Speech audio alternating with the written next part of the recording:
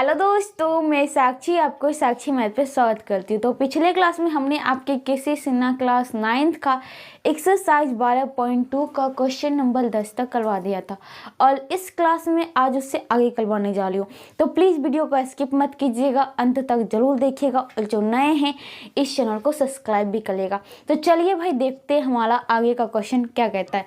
तो अगला question number 14 कहता है, एक चक्रीय समलंब चतुर्भुज एबीसीडी में एडी समांतर है बीसी तथा समानांतर है, ठीक है, ये चिन्ह आपका समानांतर दिखा रहा है कि कटेगा ही नहीं, ये दोनों आगे बढ़ेगा तो, तथा एंगल बी जो है वो 70 डिग्री है, तो अन्य तीन कोण ज्ञात कर। पहली बात आपको बोला कि एक चक्रीय समलंब चतुर्भुज है। समलंब चतुर्भुज तो जान ही रहे भाई, ट्रेपेजियम। अब चक्रीय बोल दिया, साइक्लिक कहने का मतलब किसके अंदर है, तो वृत्त के अंदर है। तो कुछ पिक्चर इसकी इस प्रकार से बनेगी। वृत्त एक चक्रीय चतुर्भुज बनाना है आपको, वो भी समलंब होना चाहिए। तो ये आपका समलंब चतुर्भुज, ओके। अब इस समलंब चतुर्भुज को इसकी चारों जो शीर्ष होगी वो किस पे होगी, वृत्त पर, तब तो बनेगा क्या, चक्रीय समलंब चतुर्भुज, ठीक है। ये पिक्चर हो गए। तो कहता है कि ए बी सी डी नाम लिख दीजिए भाई, ए बी सी डी। इसमें आपका ए डी, तो ये तो उल्टा हो गया भाई, समानांतर, तो ये दोनों मैंने माना है। चलिए इसको ऐसे कर देते हैं, ए बी सी, अब डी। देखिएगा ए डी समानांतर है बी सी, कोण बी जो है आपको दे रखा है कितना, 70 डिग्री। तो अन्य तीन कोण ज्ञात करें। तो यहाँ पे देखिएगा भाई, आपकी चक्रीय चतुर्भुज में क्या होता है, समकोणों कोणों का योग 180 डिग्री। तो कहने का मतलब कोण डी प्लस कोण B is equal to 180 degree होना चाहिए। कोण डी प्लस 1, अब यहाँ पे देखिएगा भाई, कोण डी प्लस, अब कोण बी का वैल्यू आपको पता है 70 degree is equal to 180 degree, and कोण D is equal to 180 degree minus 70 degree is equal to 110 degree. तो कोण डी निकल गया आपका 110 डिग्री, ठीक है भाई। अब यहाँ पे क्या देखिएगा भाई, एंगल, ये पहला हो गया मान लीजिए। अब देखिएगा angle A plus angle B is equal to 180 degree, कैसे, तो ये था क्या, चक्रीय चतुर्भुज के सम्मुख कोण, चक्रीय चतुर्भुज के सम्मुख कोण का योग था, सम्मुख कोण के योग। यहाँ पे स्पेस नहीं था, मैंने इधर कर दिया, ठीक है, आप लिख लीजिएगा। और ये देखिए कोण A plus B equal to 180 degree किससे होगा भाई, तो ये होगा आपका, देखिएगा ये दोनों समानांतर रेखा है, ए डी समानांतर है बीसी का, तो तिर्यक लेखा के, ये तिर्यक लेखा बन गया, तो तिर्यक लेखा के बने एक ही अंतःकोण। तो यहाँ पे लिख देती हूँ, तिर्यक लेखा के बने एक ही और अंतःकोण, अंतःकोणों का योग, ओके। ये थोड़ा सा टेल लगा, कोई बात नहीं, देख लीजिएगा, तिर्यक लेखा के बने एक ही और अंतःकोणों का योग। तो कोण ए प्लस बी का value 70 degree is equal to 180 degree, तो कोण A is equal to 180 degree minus 70 degree is equal to 110 degree. तो एंगल ए भी निकल गया। अब यहाँ पे जब एंगल ए निकल गया भाई, angle A plus C is equal to 180 degree किससे, चक्रीय चतुर्भुज के समकोण से। पुनः फिर से angle A plus angle C is equal to 180 degree किससे, तो चक्रीय चतुर्भुज के सम्मुख कोणों का योग, सम्मुख कोणों का योग। फिर देखिएगा कोण ए प्लस सी बात की थी, ए तो निकल गया 110 degree, plus angle C is equal to 180 degree, तो angle C is equal to 180 degree minus 110 degree is equal to 70 degree. तो कहने का मतलब एंगल यहाँ पे ए 110, बी तो आपको दे ही रखा था 70 डिग्री, सी आपका 70 डिग्री और D is equal to 110 degree. मतलब इस प्रकार से आपको बाकी बचे तीन कोण निकाल सकते हैं, ठीक है। अगला क्वेश्चन देखते हैं। क्वेश्चन नंबर 15 कहता है, वृत्त की परिधि पर, यहाँ पे देखिएगा, वृत्त की परिधि को 2:3:4 के अनुपात में विभाजित किया गया है। विभाजन बिंदुओं को जोड़ने पर प्राप्त त्रिभुज के कोण ज्ञात करें। तो पहली बात तो एक पिक्चर बनाते हैं। इस पिक्चर को देखिएगा, 2 3 4 2 3 4 2, मान लीजिए ये 2 रेशियो में होगा और ये 3 रेशियो में होगा और ये 4 रेशियो में होगा। तो वृत्त की परिधि को बांटा था 2, 3, 4 में, ठीक है। मैंने साइज को पहले लिया था 2 छोटा, उससे बड़ा 3 और उससे बड़ा 4, ऐसे मैंने कुछ लिया, ठीक है। तो यहाँ पे क्या बोला, वृत्त की परिधि को 2:3:4 के अनुपात में विभाजित किया गया। तो कोई बात नहीं, ध्यान दीजिए। मान लीजिए कि आपका अनुपातिक संख्या x है, कुछ इसमें से गुना होगा, ठीक है। मैंने x कर दिया 4x, 3x और 2x। अब विभाजन बिंदु को मिल जोड़ने पर, अब ये जो विभाजन बिंदु था, एक बिंदु यहाँ, दूसरा बिंदु यहाँ और तीसरा बिंदु यहाँ। मान लीजिए ये a है, ये b है और ये c है। अब मैंने इस तीनों बिंदु को जोड़ दिया, ये एक मैंने जोड़ा, ये जोड़ दिया और ये जोड़ दिया, ठीक है। ओके, तो कहता है विभाजन जोड़ने पर प्राप्त त्रिभुज के कोण। अब यहाँ पर देखिएगा मैंने केंद्र नहीं दिया है, इसका मतलब नहीं कि अर्धवृत्त का कोण समकोण करके हम निकाले, ठीक है। यहाँ पे केंद्र की बात नहीं थी तो हमने केंद्र की बात नहीं दी, क्योंकि हमें पता नहीं है जो तीसरा भुजा जाला है वो कहाँ पे जाला है, ये हमने पिक्चर बनाया है, ठीक है। तो यहाँ पे देखिएगा कहता है जोड़ने त्रिभुज के कोण ज्ञात करें। तो आपके बने कौन, 3 भुजा से घिरी हुई बंद आखिर त्रिभुज तो बन गया, ठीक है। अब इसके कोण ज्ञात करने, तो कोई दिक्कत नहीं। अब यहाँ पे क्या देखते हैं भाई, पहली बात तो बोला था ये 2x है, ये 3x है और ये 4x है। अब इसका जो ये मान लीजिए कि ये काट किसको रहा था, ये चाप, कहने का मतलब परिधि। अब परिधि कहने का मतलब क्या होता है, वृत्त जो है ना, मान लीजिए परिधि कैसे निकालेंगे वृत्त को, तो एक डोला लेंगे, उसके बाद इस एक छोर पे लग के उसे नचाएंगे और इस जो चक्कर लगा ला ये इसकी लंबाई निकालते। तो कहने का मतलब क्या है, इस चाप को, ये चाप 4x का था, मतलब 4 रेशियो में था। ये चाप जो यहाँ से यहाँ है, सी बी जो है वो 3 में है और बी ए जो है वो 2 में है, ठीक है। तो इस प्रकार से चाप को ये बांटा था। अब चाप को ये बांटा तो चाप द्वारा वृत्त के शेष भाग में बना कोण ये भी। अब यहाँ पे आपने पढ़ा था कि याद कीजिएगा, बला भुजा के सम्मुख कोण जो होते वो बला होता है, सबसे बड़ा होता है, और सम्मुख भुजा के सामने सब छोटे भुजा के सामने का कोण वो भी छोटा होता है।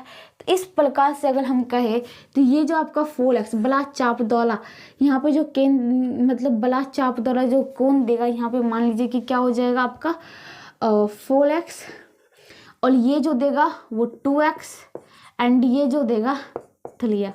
तो कहने का मतलब 4, 3, 7, 2, 9x। तो angle A plus angle B plus angle C is equal to 180 degree. त्रिभुज के तीनों कोणों का योग 180 डिग्री। एंगल A आपका हो गया कितना 3x प्लस एंगल B जो हो गया आपका 4x प्लस एंगल C जो हो गया आपका 2x is equal to 180 degree. और 4, 3, 7, 2, 9x is equal to 180 degree. 9 से काटेंगे तो ये 20 डिग्री हो जाएगा, x बराबर 20 डिग्री। तो x बराबर 20 डिग्री, तो त्रिभुज के कोण ज्ञात करने थे। तो यहाँ पे देखिएगा भाई, त्रिभुज के कोण ज्ञात करने थे आपको, यस। तो एंगल A कितना हो जाएगा 3x, तो 3 into 20 degree is equal to 60 degree.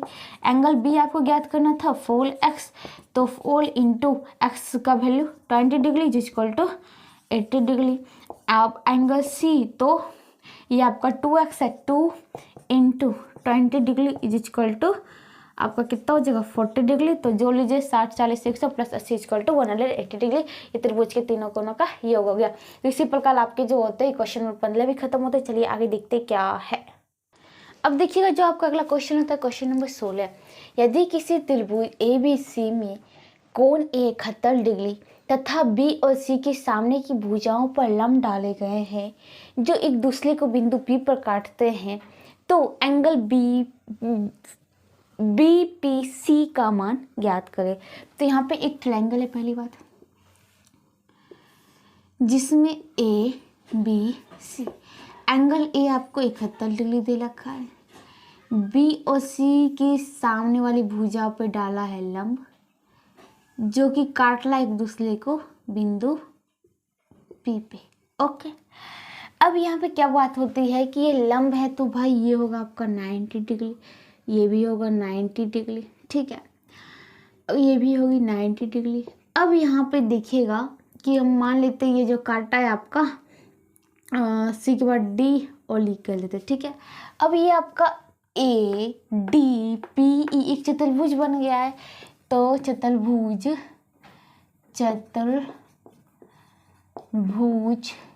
ADPE में angle A plus angle D plus angle P plus angle E. अब यहाँ पे इस पी को आप पूरा पी ना समझिएगा भाई, जब इस चतुर्भुज की बात हो रही तो कहने का मतलब ये एंगल। तो यहाँ पे मैं लिख ही देता हूँ कि angle D P E okay is equal to चतुर्भुज के चारों कोनों का योगफल होता है 360 डिग्री। एंगल ए आपको पता है 71 डिग्री प्लस एंगल डी पता है 90 degree plus angle D P E जो कि आपको ज्ञात करना है, प्लस ये आपको कितना हो गया ई जो है angle 90 degree is equal to 360 degree. तो 90 90 180 degree plus 71 degree plus angle D P E is equal to 360 degree. अब यहाँ पे देखिएगा, अब बात कर लेते हैं क्या, अगर आपको हल्का मतलब कि इजी सॉल्यूशन करना है तो 171 degree plus angle D P E equal to 360 degree minus 180 degree, तो ये बच गया सीधा आपका 180 डिग्री।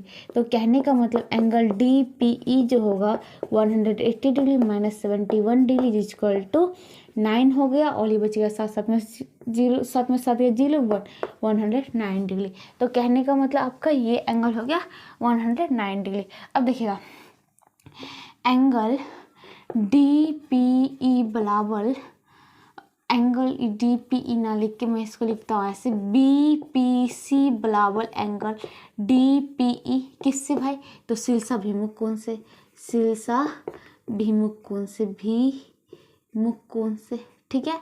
तो angle B P C equal to angle D P E जो कि निकला था आपका 109 डिग्री। तो आपका जो होता है angle D B P C equal to 109 degree, यही आपका आंसर होता है।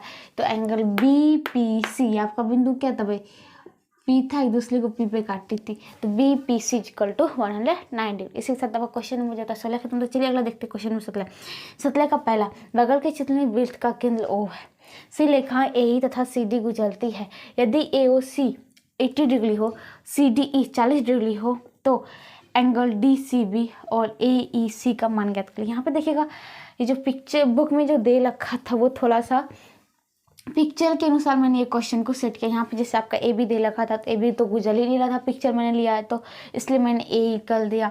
फिर यहाँ पे एंगल आपका ए बी सी निकाल नहीं सकते पिक्चर के अनुसार, इसलिए मैंने यहाँ पे ई किया था, ठीक है। इसमें कुछ क्वेश्चन में मैंने सुधार किया आपके लिए। तो चलिए देखते हैं। अब यहाँ पे बात होती है ओ वृत्त का केंद्र है, ए ई और सी डी केंद्र से गुजर रही है, तो एंगल ए ओ सी आपको 80 डिग्री दे रखा है, ठीक है। तो सी डी ई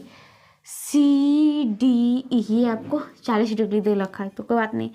तो angle D C B, angle D C B कहने का मतलब आपको ये एंगल निकालना है, और ए ई सी ये एंगल। तो पहली बात तो देखिएगा भाई, जब आपका जाला है क्या डी मतलब ये जो डी सी है, ये जो डी सी वृत्त के केंद्र से होके जाला है, तो यहाँ पे 180 डिग्री बनेगा टोटल। मान लीजिए ये टोटल आपका 180 डिग्री बनेगा, तो इसका आधा यहाँ पे ये कोण कितना बनेगा 90 डिग्री। तो कहने का मतलब आपका ये टोटल हो गया 90 डिग्री। अर्धवृत्त का कोण समकोण होता है, तो एंगल सी डी ई जो होगा वो आपका 90 डिग्री। कैसे भाई, तो अर्धवृत्त का कोण क्या होता है, अर्धवृत्त का कोण जो होता है समकोण होता है, समकोण होता है इसलिए, ठीक है।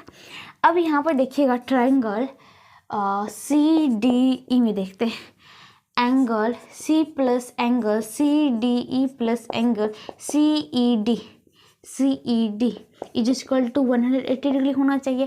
तो एंगल सी जो कि आपको निकालना है, एंगल सी डी ई, तो कहने का मतलब ई डी की बात हो रही है जो कि 40 degree, plus angle C E D कहने का मतलब ये टोटल एंगल जो कि 90 डिग्री इक्वल टू 180 डिग्री। तो एंगल सी प्लस 9 चलते रहे 130 डिग्री इक्वल टू 180 डिग्री। तो angle C equal to 180 degree minus 130 degree equal to 50 degree. कहने का मतलब एंगल डी सी बी बोलिए, या फिर यहाँ पे एंगल मैंने सी निकाला था। अब यहाँ पे देखिए, अगर मैं इस त्रिभुज के अनुसार लिखूँ तो एंगल लिख सकता हूँ डी सी ई लिख सकता हूँ इक्वल टू 50 डिग्री। अब इसी को बढ़ा के, इस भुजा को बढ़ा के बी तक कर दिए, तो angle D C B equal to 50 degree. ठीक है, अगला एंगल ए ई सी निकालना है, ए ई सी। तो कहने का मतलब कौन सा कोण निकालना है भाई, आपको कोण निकालना है ये। ठीक है, इसको मैं अभी हटा देती हूँ, बस आपको इतनी सी कोण निकालना है, तो कोई बात नहीं। अब यहाँ पे देखिएगा कि angle A O C plus angle C O E is equal to 180 degree. किससे, तो लैखिक युग्म से। मैं आपको बता रही हूँ, लैखिक युग्म से। देखिएगा, मैंने इस सबको भूल जाइए, बस इसको भी भूल जाइए। तो एक ये बचा आपका ए, और एक बचा यहाँ पे जो आपका ओ, ये आपका वृत्त का केंद्र था ओ। ठीक है, तो वृत्त का केंद्र जो बना था ओ सी बचा है। तो लैखिक युग्म से ये और ये कोणों का योग 180 डिग्री। तो आपको ए ओ सी तो 80 डिग्री दिया हुआ है, तो angle C O E is equal to 180 degree. तो angle C O E is equal to 180 degree minus 80 degree is equal to 100 degree. तो एंगल सी ओ ई जो हो गया आपका, ये कोण जो हो गया 100 डिग्री हो गया। ठीक है भाई, अब यहाँ पे क्या देखना है भाई, ये तो ठीक है चलो। अब आपको पता है यहाँ पे कि एंगल डी सी बी, कहने को तो जो सी था कोण, एंगल सी आपको पता है कितने डिग्री था, ये आपका आया था 50 डिग्री। ठीक है, ट्रायंगल, अब देखिएगा ट्रायंगल किस में, सी ओ ई में। देखिए सी ओ ई में angle C plus angle C O E plus angle C E O is equal to 180 degree. Angle C 50 degree हो गया था, एंगल सी ओ ई जो कि आपका हुआ था 100 degree, plus angle C E ओ जो कि सी ई ओ, ये कोण ये। ठीक है, ये आपको निकालना है। तो यहाँ पे क्या होता हो जाएगा 180 डिग्री। ठीक है भाई, तो चलते देखते। 150 हो गया, ये दोनों को जोड़ करेंगे, plus angle C E O is equal to 180 degree. तो angle C E O is equal to 180 degree minus 150 degree is equal to 30 degree हो जाएगा। तो कहने का मतलब एंगल सी ई ओ ये कितना हो गया, 30 डिग्री हो गया। अब इसको बढ़ा के थोड़ा यहाँ तक था, इसको यहाँ तक कर दिए, क्योंकि ए जो ई है ये इससे गुजर रहा है। ठीक है, मतलब ओ केंद्र से गुजर रहा है, तो पूरा है। तो इसको हम लिख सकते हैं कि angle A E C is equal to 30 degree. तो इसी के साथ आपका क्वेश्चन नंबर जो होता है 17 का एक खत्म होता है। चलिए आगे देखते क्या है। अब देखिएगा आपका अगला क्वेश्चन 17 का ही 3 नंबर है। क्वेश्चन नंबर 2 जो था कुछ इलेल था, पिक्चर भी और क्वेश्चन भी। ठीक है, तो इसलिए मैंने अगला क्वेश्चन देख लिया। तो बगल के चित्र में ओ जो है वृत्त का केंद्र है, तो बी ओ सी की माप याद करें। तो देखिएगा ओ जो है वृत्त का केंद्र है, तो बी ओ सी कहने मतलब आपको ये कौन निकालना है। ठीक है, चलो कोई बात नहीं। अब बात क्या करते हैं भाई, आपको पता क्या है, आपको पता है कि वृत्त के केंद्र और परिधि पर स्थित बिंदु को मिलाने वाली रेखा को त्रिज्या। तो ये भी त्रिज्या, ये भी त्रिज्या, ये भी त्रिज्या। ठीक है, तो ये त्रिज्या बराबर ये त्रिज्या होगा। तो अब इस त्रिज्या न कह के मैं कहती हूँ कि ट्रायंगल ए ओ बी में ओ ए बराबर होगा ओ बी। तो इसके सम्मुख कोण एंगल ओ ए का सम्मुख कोण ए बी ओ बराबर होगा, ओ ए का सम्मुख कोण ए बी ओ बराबर होगा किसका, एंगल ओ बी के सम्मुख कोण, ओ बी के सम्मुख कोण ये बी ए होगा, बी ए ओ का। ए बी ओ जो कि आपको 20 डिग्री दे रखा है, B A O is equal to 20 degree हो गया आपका। ठीक है, फर्स्ट हो गया। सेकेंड देखिएगा क्या, इसी प्रकार ट्रायंगल, अब इसमें लेते हैं ये बराबर भी तो यही त्रिज्या ही है, तो एंगल ए ओ सी, तो ओ ए त्रिज्या बराबर होगा ओ सी का, क्यों भाई ये तो त्रिज्या थी। अब बात होती है ओ ए का सम्मुख कोण ओ C A, O angle O C ए बराबर होगा एंगल, अब ओ ए हो गया, ओ सी का सम्मुख कोण ओ ए सी हो गया। तो ओ सी ए जो कि आपको दे रखा है 30 degree is equal to angle O A C हो गया सेकेंड। तो कहने का मतलब ये दोनों हो गया। अब देखिएगा बात कर लेते हैं angle B A C is equal to, इसको लिख सकते हैं angle B A O plus angle B A O plus angle B A O C A O. तो ये देखिएगा बी ए ओ, तो तो निकल गया 20 degree BAO plus angle CAO, इसको CAO भी लिख सकते हैं, ये 30 degree is equal to 50 degree, ठीक है। तो angle BAC is equal to 50 degree निकल गया। अब देखिएगा angle BOC is equal to 2 into 50 degree, काहे भाई, तो केंद्र पर बना कोण जो होता है, केंद्र पर बना कोण परिधि पर बने कोण का, परिधि पर बने कोण का दोगुना होता है, कोण का 2 गुना होता है। और ये तो बन रहा है किस पे, केंद्र पे बन रहा है, तो 50 दूनी 100 डिग्री हो जाएगा, ठीक है। तो ये थे आपके एंगल BOC का वैल्यू। अगला दी गई आकृति में, इसी का चाल है, दी गई आकृति में वृत्त का केंद्र क्या है, O है, ठीक है।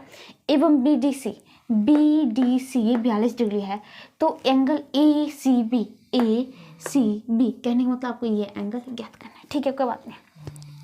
अब बात क्या करते भाई, तो ज्ञात तो करना है, वो भी पता चल ही गया है, तो कोई बात ही नहीं होती है। अब यहाँ पे देखिएगा क्या भाई, पहली बात तो angle CDB is equal to angle CAO। देखिएगा एंगल मैंने बोला CDB, ये एंगल बराबर ये एंगल, कैसे, तो एक ही जो आपके क्या बने हुए हैं, वृत्तखंड द्वारा, वृत्त की परिधि पर बना कोण जो होता है समान होता है, तो एक ही वृत्तखंड द्वारा परिधि पर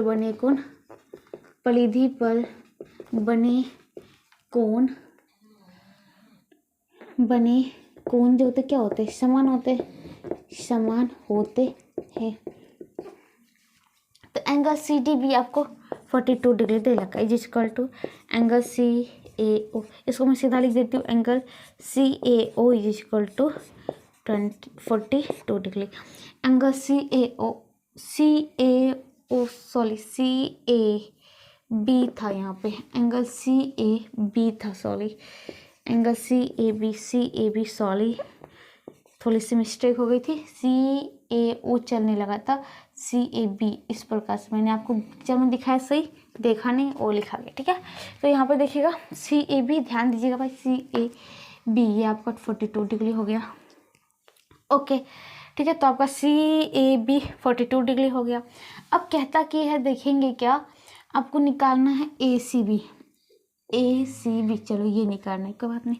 अब देखिएगा एंगल ABC कितना होगा, ये आपका होगा 90 डिग्री, कैसे, ये जो जा रहा था ये किससे, केंद्र से होकर जा रहा है, तो अर्धवृत्त का कोण समकोण होता है, अर्धवृत्त का कोण समकोण होता है, ठीक है। तो आपका ABC जो होगा, एंगल ABC ये हो गया 90 डिग्री, ओके। अब देखिएगा ट्रायंगल ABC में angle CAB plus angle ABC plus angle ACB is equal to 180 degree होना चाहिए। CAB 42 डिग्री, ये आपका है 42 डिग्री, प्लस ABC जो कि है 90 डिग्री, प्लस एंगल ACB जो कि निकालना है 180 डिग्री। ये आप जो लेंगे तो 132 डिग्री, 132 डिग्री हो गया ये, plus angle ACB is equal to 180 degree, दो ना चलते रहे, ठीक है। तो angle ACB is equal to 180 degree minus 132 degree is equal to, ये आपका 8, ये कितना हो गया, 8 में से 4 जाएगा तो चल 8, और 1 में से गया तो 0, 8 2 10, 4 3 7 1 8, ये आपके होते हैं क्या भाई 48 डिग्री। तो कहने का मतलब आपका एंगल ACB जो था ये होते 48 डिग्री, आपको निकालना था एंगल ACB, ठीक है। तो इसी के साथ आपका क्वेश्चन नंबर जो होता है 17 का चाल भी खत्म होता है। चलिए आगे देखते क्या है। अब देखिएगा जो आपका अगला क्वेश्चन होता है, क्वेश्चन नंबर 5 कहता है कि बगल की आकृति में ABCD एक चक्रीय चतुर्भुज है जिसकी भुजा AB शीर्ष ABCD से होकर जाने वाला वृत्त का व्यास है। यदि angle EDC equal to 140 degree तो angle BAC B A C तथा ए बी सी, मतलब ये कोण और ये कोण आपको ज्ञात करना है। तो एक तो चक्रीय चतुर्भुज, चार भुजा से घिरी बंद आकृति चतुर्भुज, और इसके शीर्ष वृत्त पर है तो चक्रीय चतुर्भुज। आपका ए बी जो है ये वृत्त का व्यास है, ठीक है, कोई बात नहीं। अब यहाँ पे देखिएगा, पहली बात कर लेते हैं कि angle D plus angle B is equal to 180 degree, किससे? तो चक्रीय चतुर्भुज के सम्मुख कोणों का योग, सम्मुख कोणों का योग 180 डिग्री होता है। ओके, एंगल डी आपको 140 degree plus angle B is equal to 180 degree. Angle B is equal to 180 degree minus 140 degree is equal to 40 degree. Okay, angle B यानी एंगल ए बी सी निकल गया आपका 40 degree, ठीक है। अब यहाँ पे देखिएगा, आपको दिया भी है, ये केंद्र से होकर जला अर्धवृत्त का कोण दे रखा है सी, तो कहने का मतलब एंगल ए सी बी आपको 90 डिग्री दे रखा है। तो ट्रायंगल ए बी सी में angle B plus angle B C A plus angle C A B equal to 180 degree. Angle B जो कि आपने निकाला है 40 degree plus B C A 90 degree plus angle C A B equal to 180 degree, तो ये हो गया 130 degree जोड़ेंगे तो, plus angle C A B equal to C A B equal to 180 degree. Angle C A B equal to 180 degree minus 130 degree equal to 50 degree. तो आपके angle C A B जो आता है वो कितना होता है भाई आपका? ये होता है आपका 50 डिग्री, ठीक है। ये थोड़ा सा पिक्चर ऐसे होगा ताकि ये एंगल कम पड़ जाए और ये एंगल ज़्यादा, ठीक है। तो इसी के साथ आपका क्वेश्चन नंबर जो होता है 17 का 5वां खत्म होता है और इसी के साथ आपका क्वेश्चन नंबर जो होता है 17 भी खत्म होता है। चलिए आगे देखते हैं क्या है। अब देखिएगा, जो आपका आगे का क्वेश्चन आता है क्वेश्चन नंबर 18। तो ये जो क्वेश्चन आपके आ रहे हैं ये आपका अब चल रहा है दिलगुत्तलिया प्रश्न। तो लघुत्तरीय प्रश्न खत्म हो गए और आपको पता है दिलगुत्तलिया प्रश्न में क्या आएगा भाई? तो सिद्ध करने वाला आएगा, क्योंकि ज़्यादा नंबर का होता है, ठीक है। तो यहाँ पे घबराना नहीं है, सिद्ध करने वाला है तो सिद्ध होगा।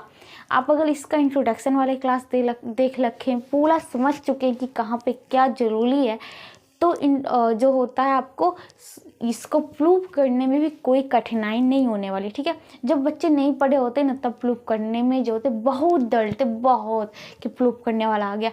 लेकिन अगर जब इसके आप गुण पढ़े रहते तो प्रूव करने से कहीं नहीं डरा जा सकता, क्योंकि उसी से तो भाई दिया हुआ है, ठीक है। तो चलिए देखते हैं अगला क्वेश्चन, क्वेश्चन नंबर 18।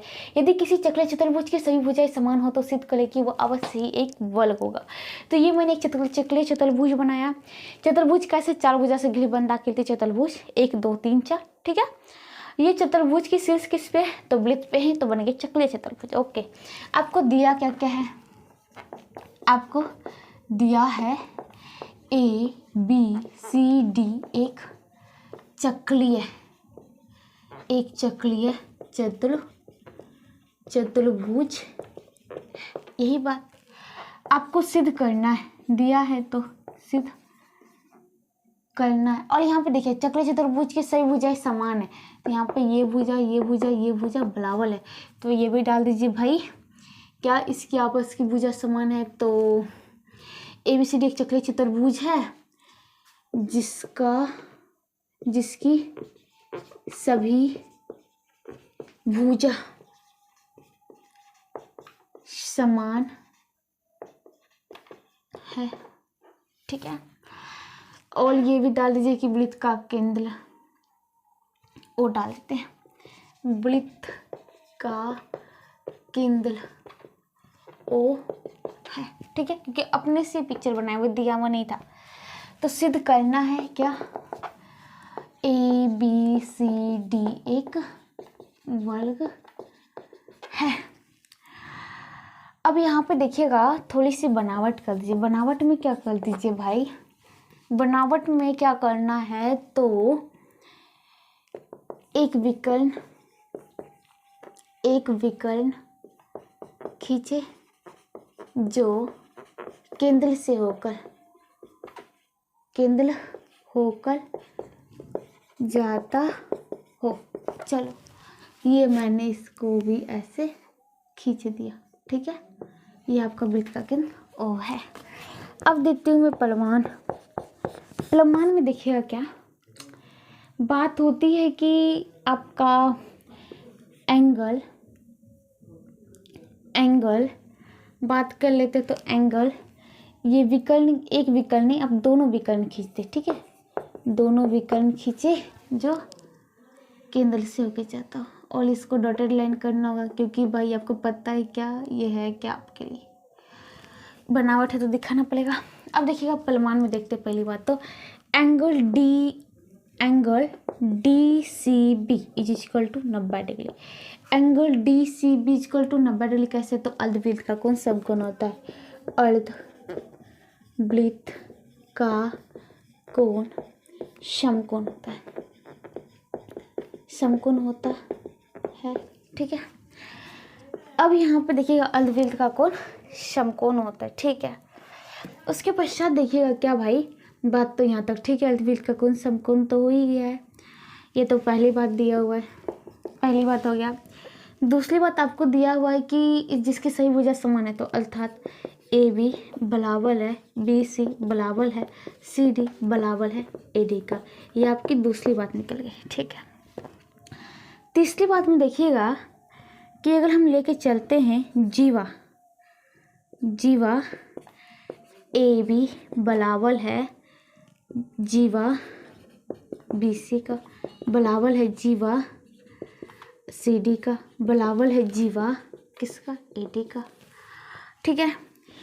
तो बात करते हैं एंगल ए ओ बी बराबर होगा बी ओ सी का, बराबर होगा एंगल सी ओ डी का, बराबर होगा एंगल डी ओ ए का। कैसे भाई, तो पहली बात समान जीवा वाला, समान जीवा, या फिर चाप भी लिखेंगे तो कोई दिक्कत नहीं, और ये जीवा बराबर है तो आप चाप भी बराबर कर सकते, ठीक है।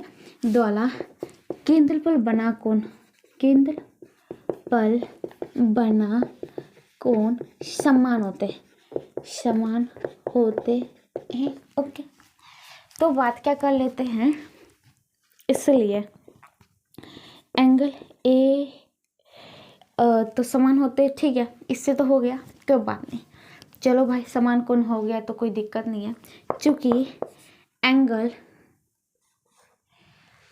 यहाँ पे देखिएगा ओ पे जो केंद्र बनेगा ये पूरा कितना का होता है, 360 डिग्री का होता है। तो angle A O B plus angle B O C plus angle C O D plus angle D O A equal to 360 degree. अब यहाँ पे देखिएगा चारों समान है, इसको हम ए ओ बी को ही लेके चलते, A O B plus angle B, इसको जगह पे ए ओ बी कर देते, इसकी भी जगह पे ए ओ बी कर देते, इसकी भी जगह पे ए ओ बी कर देते, इक्वल टू 360 डिग्री।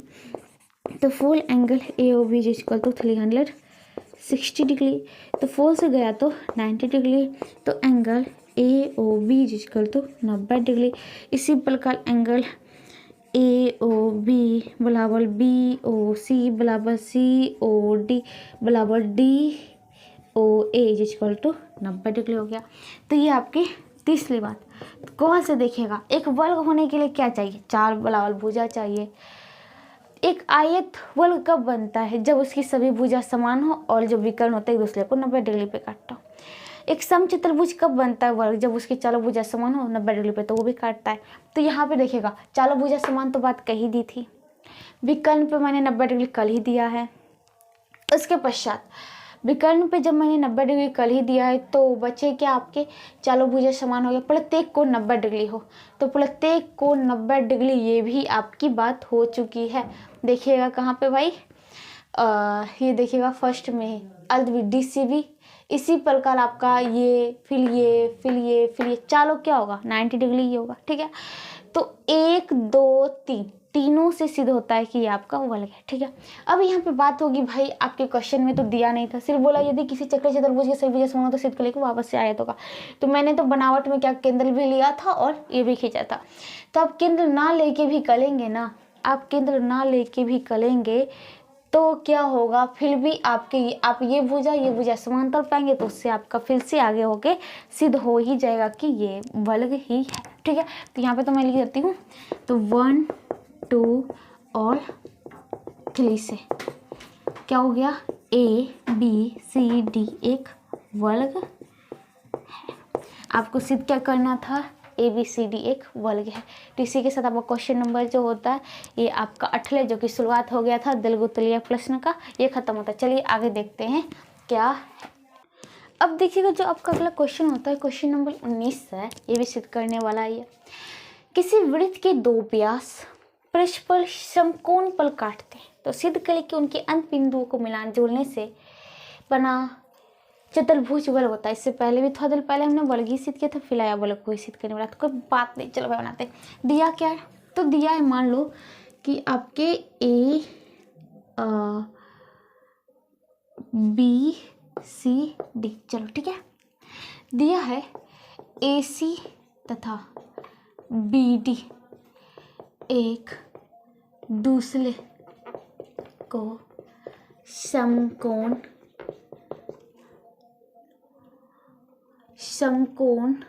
पर काटते हैं और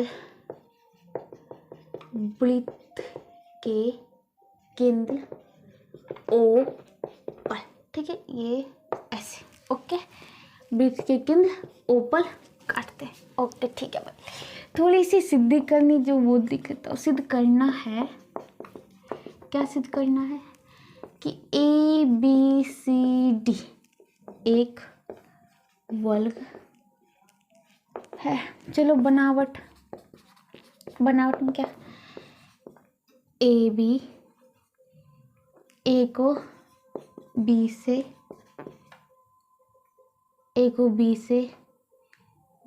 कोमा B को C से, C को D से और D को तथा D को A से मिला दे। A को B से, B को C से, C को D से और D को A से। ये थोड़ी सी अंदर हो गई है, इसको बाहर करना होगा। ठीक है, आपको बनाना है आउटलाइन, क्योंकि अपने बनावट की है और सिद्ध करने के लिए काला है तो बनावट, चलो कोई बात नहीं, ऐसा भी लेके भी चलेंगे तो कोई दिक्कत नहीं है। ठीक है, लेकिन हमने बनावट की थी तो इसलिए लिखा, तब भी आपको सिर्फ ABCD एक वल्ग सिद्ध करना है। प्लमान में क्या होगा, देखिए पहली बात कर लेते हैं। क्या आपको बोला है कि ये जो होते परस्पर समकोण पे काटते हैं, तो कहने का मतलब है आपको दिया है कि एंगल AOD बराबर एंगल AOB बराबर, ये 90 डिग्री हुआ तो ये भी 90, ये भी 90 बराबर BOC बराबर COD, कितना डिग्री, 90 डिग्री। ठीक है, तो बात कर लेते हैं कि बात क्या कर लेते हैं भाई, तो ये कौन तो दिया है, तो इसके संगत चाप,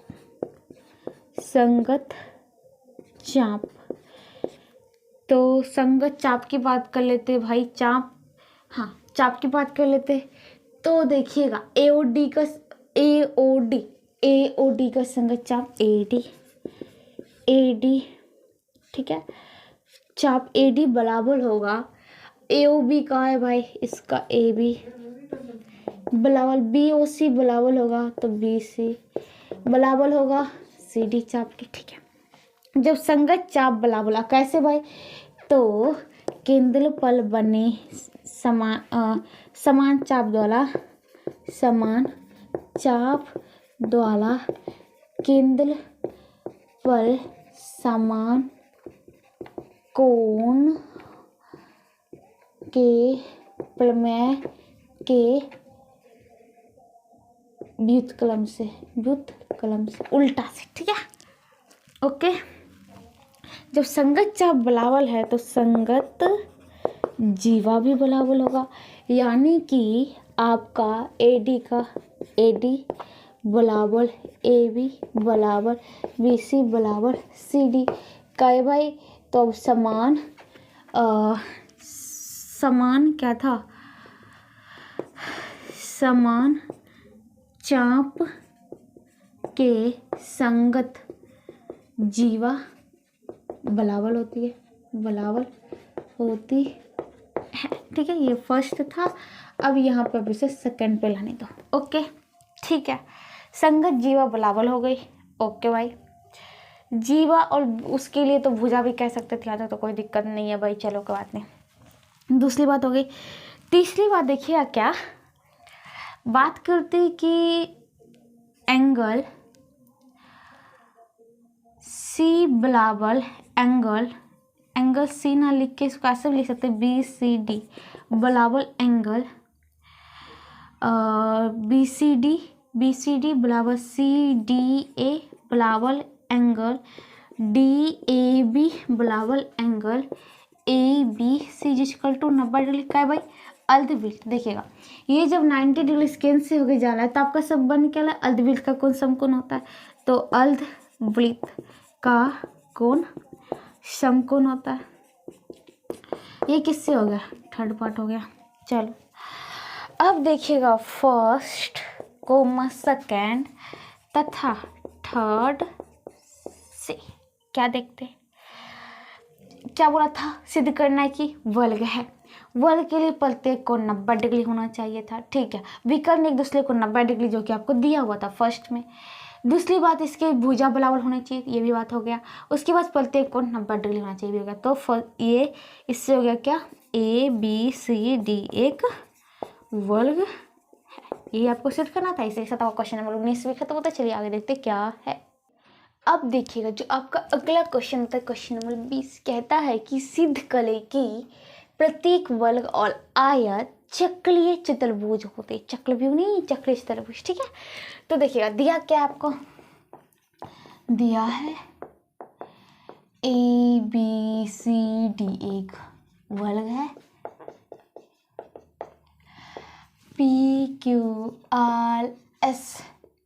PQRS एक आयत, ठीक है। आपको सिद्ध करना है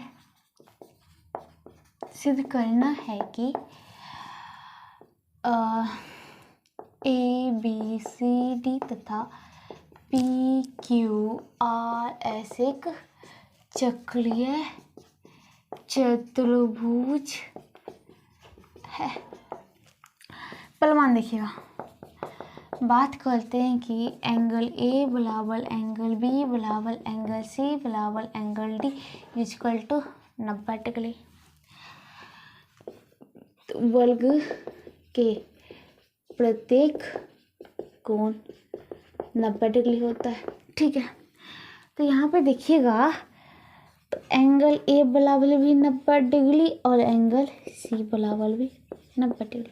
ये फर्स्ट, ये सेकंड, फर्स्ट और सेकंड को जोड़ने पर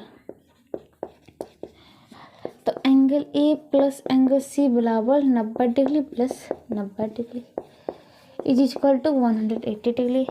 एंगल A प्लस C, अब एंगल A प्लस C क्या है, सम्मुख कोण के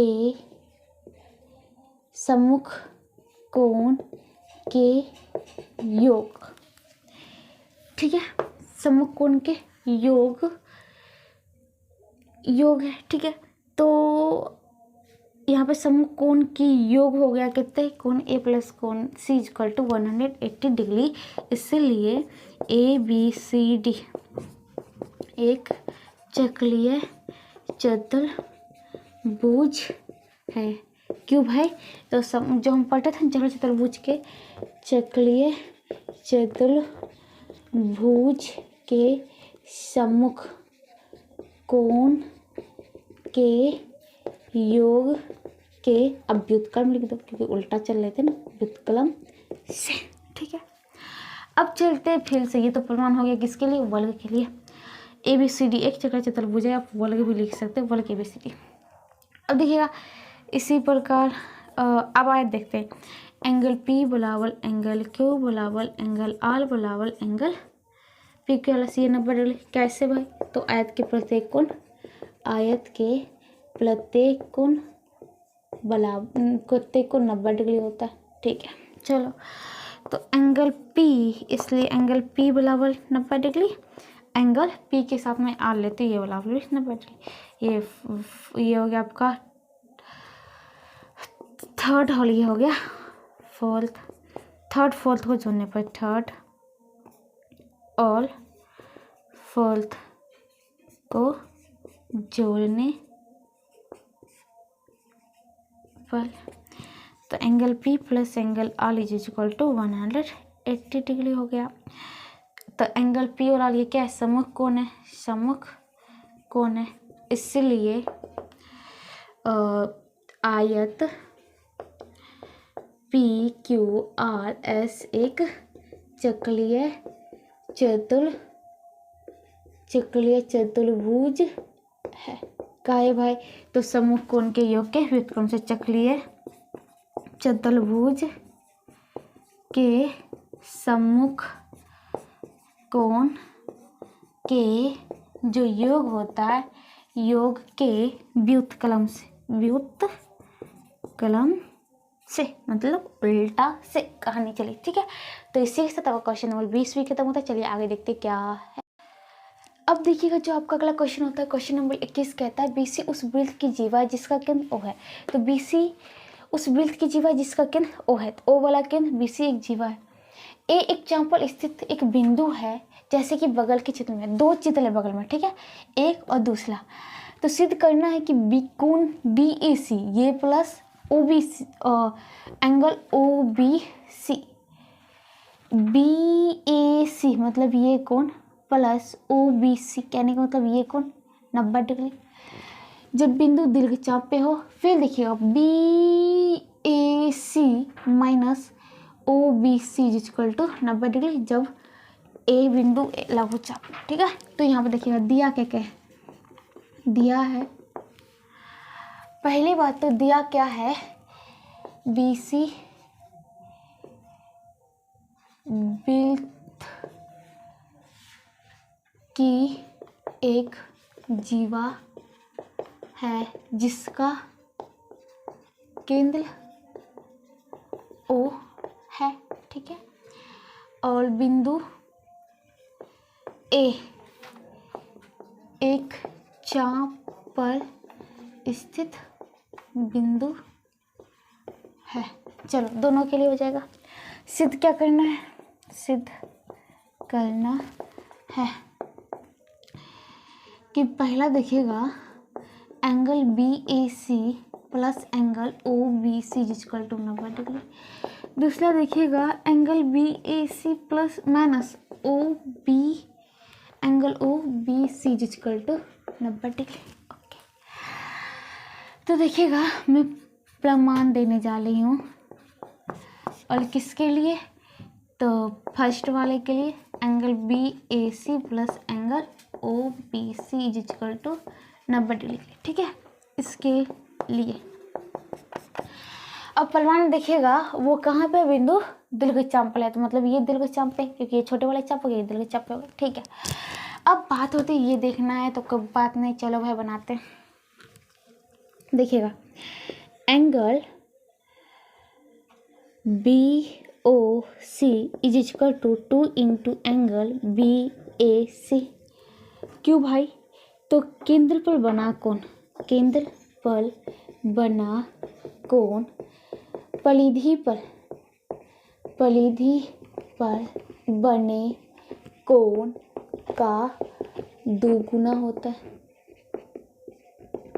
ओके, इसलिए BOC को मैंने लेके चला Z बराबर 2 इंटू एक्स।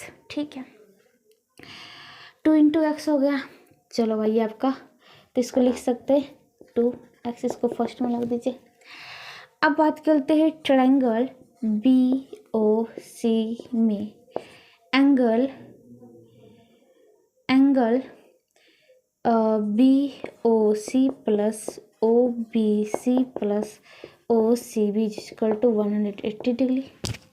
त्रिभुज के तीनों कोण का योग, त्रिभुज के तीनों कोणों के योग से, इसलिए BOC को मैंने माना चला Z प्लस, अब OBC Y प्लस। अब यहाँ पर देखिएगा 2y क्यों लिया भाई, ये आपकी त्रिज्या ये आपकी त्रिज्या दोनों तो बराबर, इसलिए कौन भी दोनों बराबर है। ठीक है, सीधा कर दिया 180 डिग्री। तो Z plus 2y equal to 180 degree. अब Z बराबर लिख सकते 2x plus 2y equal to 180 degree. 2 को कॉमन लिया, x plus y equal to 180 degree. 2 से गया 90 डिग्री। x किसे माने हो भाई, x माने थे एंगल BAC प्लस y किसे माने हो angle OBC equal to 90 degree. सब प्रमाणित हो गया पहला वाला। ठीक, अब देखिएगा दूसरे के लिए, तो ये आपका हो गया सिद्ध। ठीक है, चलिए आगे देखता हूँ। आगे दूसरे वाले के लिए क्या भाई, angle BAC minus O angle OBC equal to 90 degree. कब, जब वो लघुचाप में हो।